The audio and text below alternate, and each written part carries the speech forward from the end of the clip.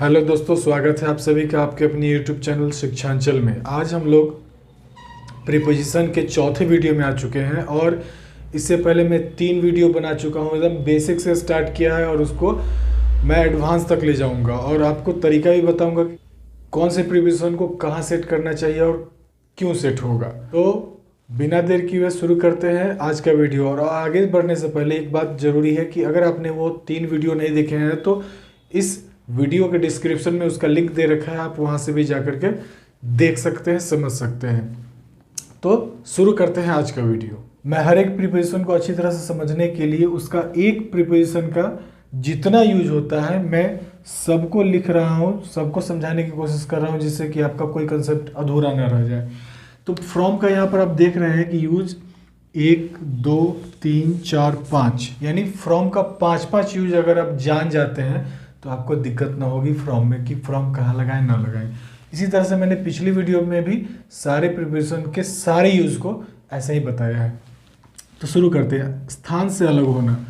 From का पहला use जो होता है जब कोई भी ऑब्जेक्ट, किसी भी ऑब्जेक्ट हो या पर्सन हो या कोई भी चीज़ हो, जब सेपरेट हो रहा हो, अलग हो रहा हो, तो वहाँ पर फ्रॉम का यूज़ करते हैं। एग्जाम्पल पर समझेंगे तो ज़्यादा क्लियर होगा। My brother has come from Patna, यानी पटना से वो क्या हो रहा है, अलग हो रहा है, स्थान से अलग हो रहा है, तो कम फ्रॉम पटना।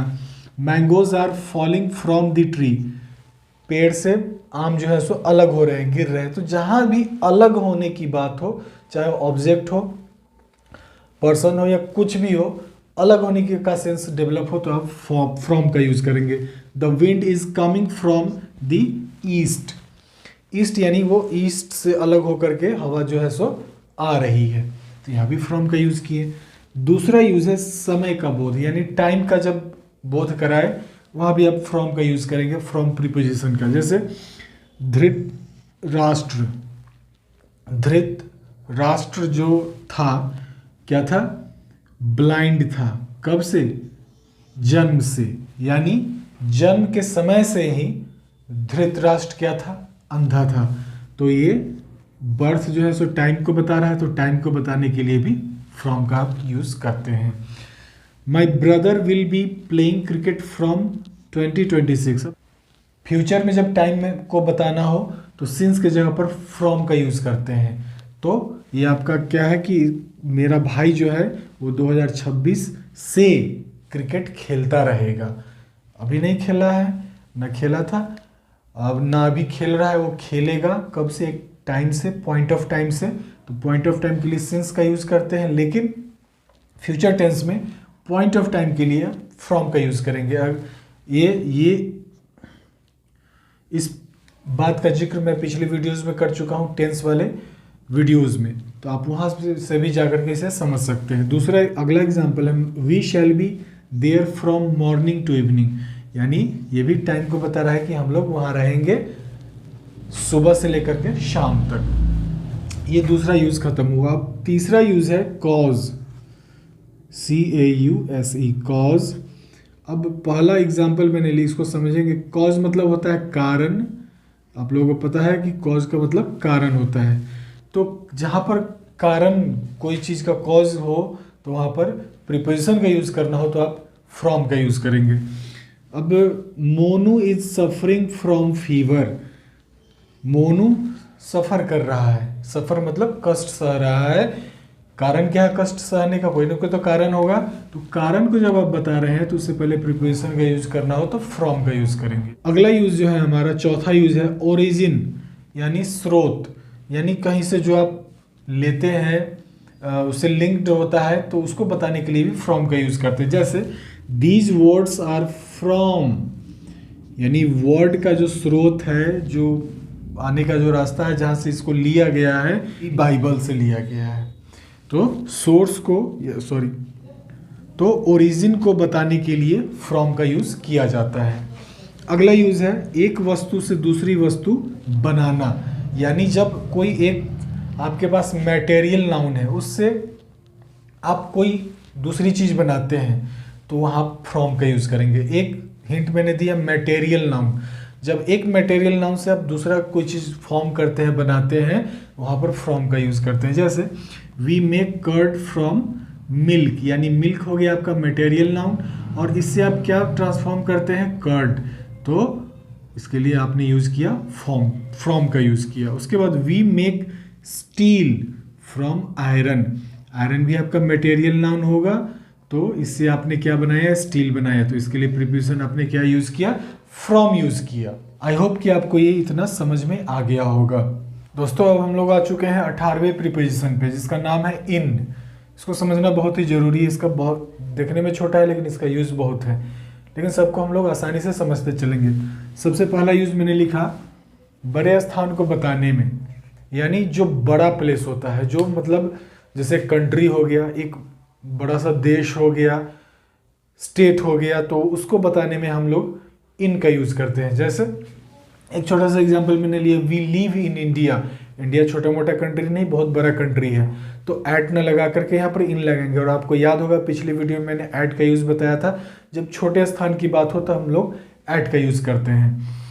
और भी एग्जाम्पल ले सकते हैं, वी लिव इन बिहार, बहुत सारे एग्जाम्पल्स हो सकते हैं। उसके बाद दूसरा जो है आपका, दूसरा यूज है समय, यानी टाइम को बताने के लिए भी इन का यूज़ किया जाता है। जैसे he will come in 10 days, समय है, एक प्रॉपर समय होता है, उसको बताने में इन का यूज़ करते हैं। लेकिन जब एग्जैक्ट टाइम, एकदम अप्रोप्रिएट टाइम, सटीक टाइम बताने की बात हो तो वहाँ पर एट का यूज़ करते हैं। ये पिछले प्रीपोजिशन में मैं इसकी चर्चा कर चुका हूँ। तो फिक्स टाइम रहे तो वहाँ पर एट का यूज़ करेंगे, लेकिन जब सीधा समय बताना रहे तो आप इन का यूज़ करेंगे। He will come in 10 days, I read in the morning, I read in the morning, मैं सुबह में पढ़ता हूँ, समय है।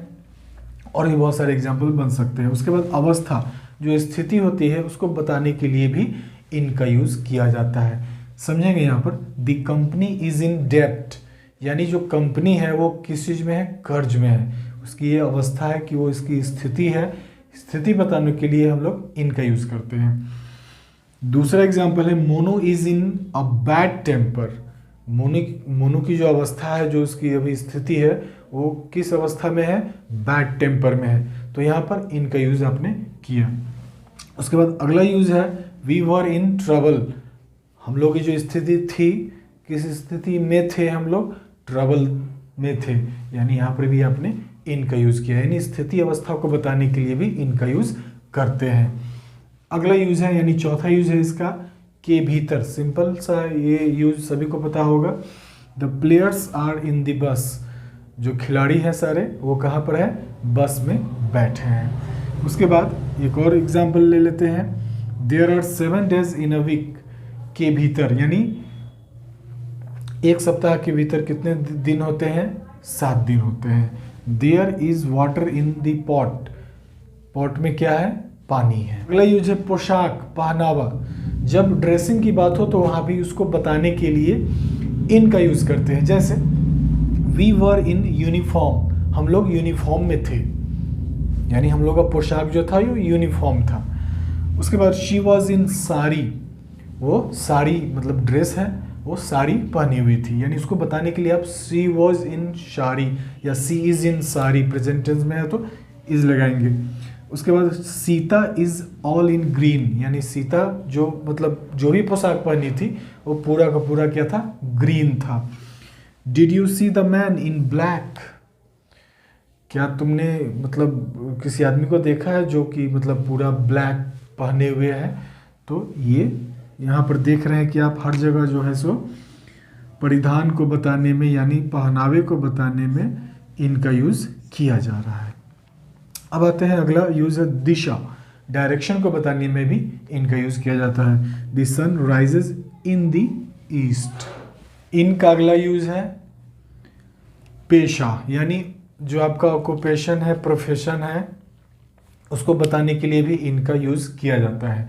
जैसे एग्जाम्पल लिया मैंने, रमेश इज़ इन आर्मी, यानी रमेश का जो प्रोफेशन है आर्मी, वो उसको बताने के लिए इनका यूज़ किया जा रहा है। She has been in singing all her life, यानी शी का जो प्रोफेशन है उसके पूरे लाइफ तक, यानी जो उसका प्रोफेशन है उसको बताने के लिए इनका यूज़ यहाँ पर किया जा रहा है। अब कुछ अदर यूजेस ऑफ इन है, जैसे this movie is in 3 parts, can you speak in Sanskrit, the letter was written in ink, तो ये अदर कुछ यूजेज हैं, इसको भी नोट कर लेंगे, या ये भी आपको कंफ्यूजन में ला सकता है। अगर आपको पता नहीं है कि इन इंक होगा तो आप गलत कर सकते हैं। तो आई होप कि आपको इन का यूज़ समझ में आ गया होगा। दोस्तों अब हम लोग आ चुके हैं 19वें प्रीपोजिशन पे, जिसका नाम है इनटू।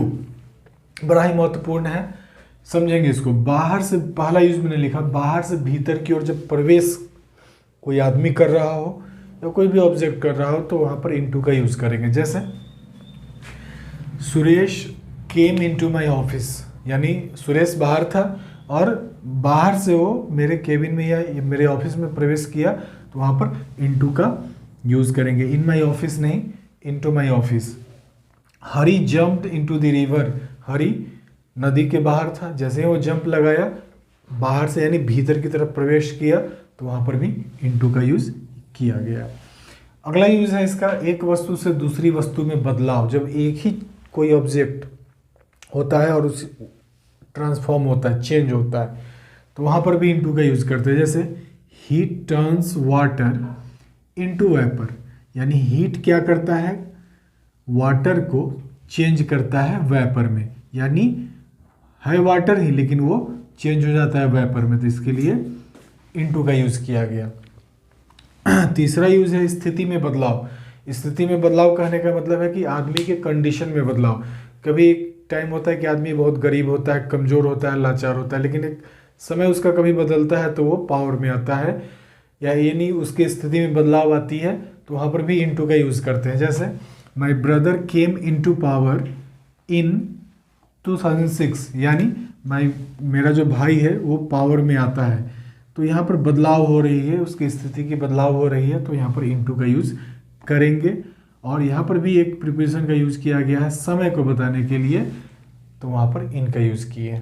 आई होप कि आपको ये इनटू वाला कॉन्सेप्ट क्लियर हो गया होगा। यहाँ तक के प्रीपोजिशन में अभी भी अगर कोई डाउट हो तो कमेंट बॉक्स में ज़रूर इसकी चर्चा करेंगे। तो आज की वीडियो में हम लोगों ने 19वां प्रीपोजिशन भी सीख लिया, समझ लिया। अगर वीडियो पसंद आया हो सारे वीडियो की तरह तो प्लीज़ लाइक कर दें वीडियो को।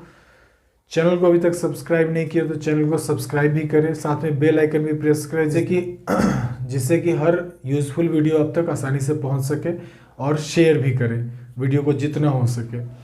तो बहुत बहुत धन्यवाद आप सभी का पूरा वीडियो देखने के लिए। मिलते हैं प्रीपोजिशन के अगले वीडियो में।